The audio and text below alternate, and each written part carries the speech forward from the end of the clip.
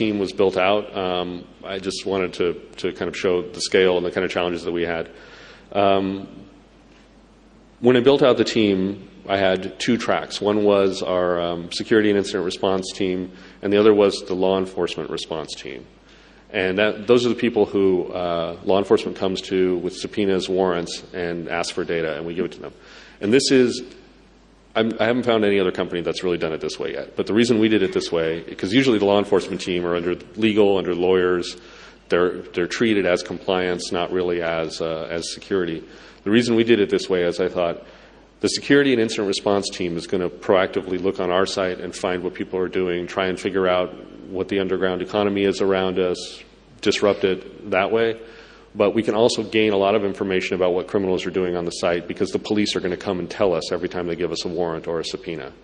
And putting those two pieces of information, those two information collection mechanisms together has actually produced wonderful results. And the tools that we build, we can simultaneously build for both teams. So the same tools that they might use to respond to a warrant request or a subpoena request, we can use internally to investigate attacks and incidents. And the less than 50 million number is, that was about the number of users before we started building out this team. Until that point, each of these boxes represented one person. So we had about 3 people doing this job.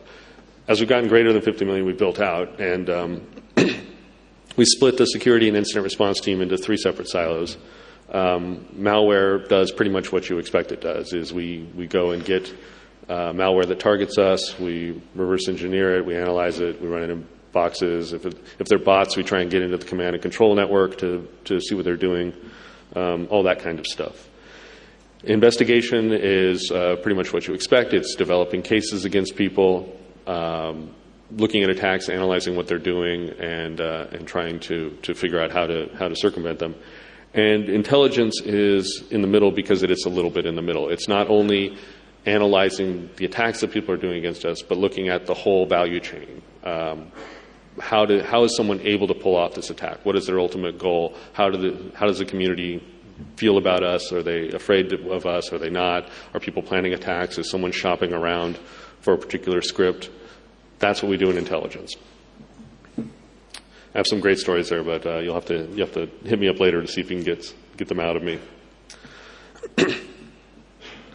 So this is a big one that I used also from the very beginning, is compliance isn't security.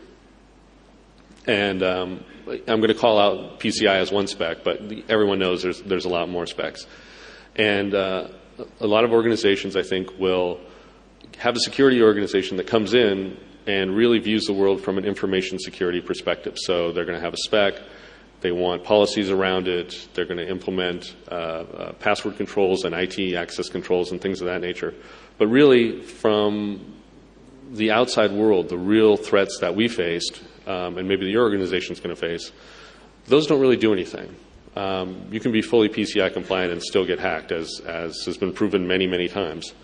So when you're small and you're moving fast and you have a lot of very dynamic attacks against you, in my opinion, the time you spend on compliance above and beyond what you absolutely have to is time wasted.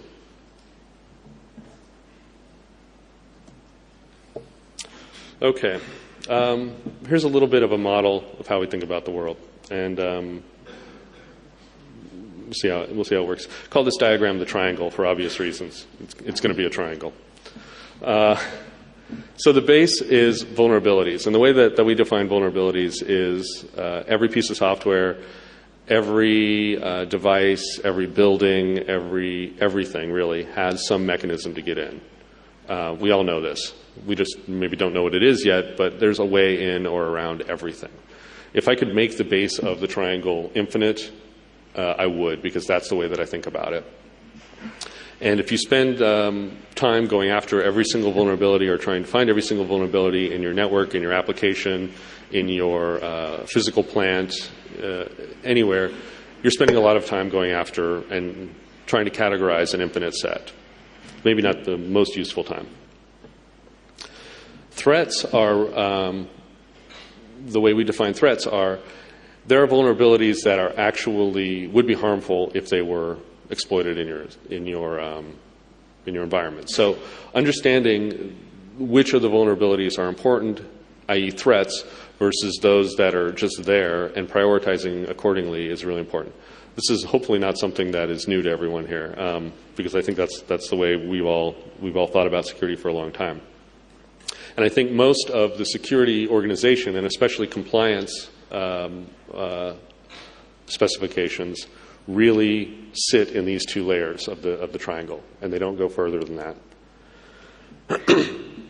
Because without attacks, threats and vulnerabilities are fine. If you take an XP machine that's unpatched and sit it in a room that no one can get into, and don't worry about the output and have only one person come use it, and you never connect it to the internet or do anything, if you're printing paper off of there, it's probably okay. It's not a huge issue. But as soon as you plug that in to the internet, you have attacks. And especially when you're thinking about the XP boxes being plugged in on the internet, it's almost as if we think about it as a force of nature, that you plug the box in and automatically attacks are going to come and eventually the box will get owned, and that's kind of just the way it is. So the way to approach that is be very strong at the level between threats and attacks. Harden that so that you can be attacked without the box getting owned. You can fight off those attacks. I think that's valuable, and obviously you want to do that at a lot of layers. But if you have the most leveraged way to attack attacks is that there are people behind them. They're not forces of nature. Every one of those attacks comes from someone who has an agenda, a motive, something that they want to do. And if you go after them, a few of them, you'll reduce the people that are specifically targeting you. And that's what we decided to do.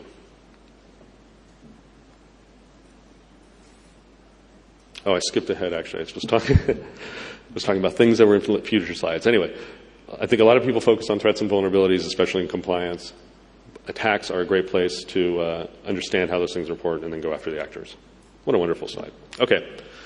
So the way that we really dealt with this is, and this is pretty much our policy still, is we don't pay attention to the vulnerabilities. I mean, we keep track of them in terms of knowing what's out there and knowing what's relevant so that we can assess what's a threat or not. But if we see that there's something on any of the millions of lists, or we hear it from any of our vendors that this is relevant to us, we're not automatically going to go patch that thing. We're going to do a threat assessment first. And those threat assessments are really based on overall in the company what's important. And what's important to us is protecting user data, keeping the site running, and making people feel secure with putting their data up. So if there's a threat that's going to, say, address something that's not necessarily related to the production website, it's internal, and we don't think that there's any way it's going to, if it was compromised that would access user data, we're probably not going to get to that one right away. The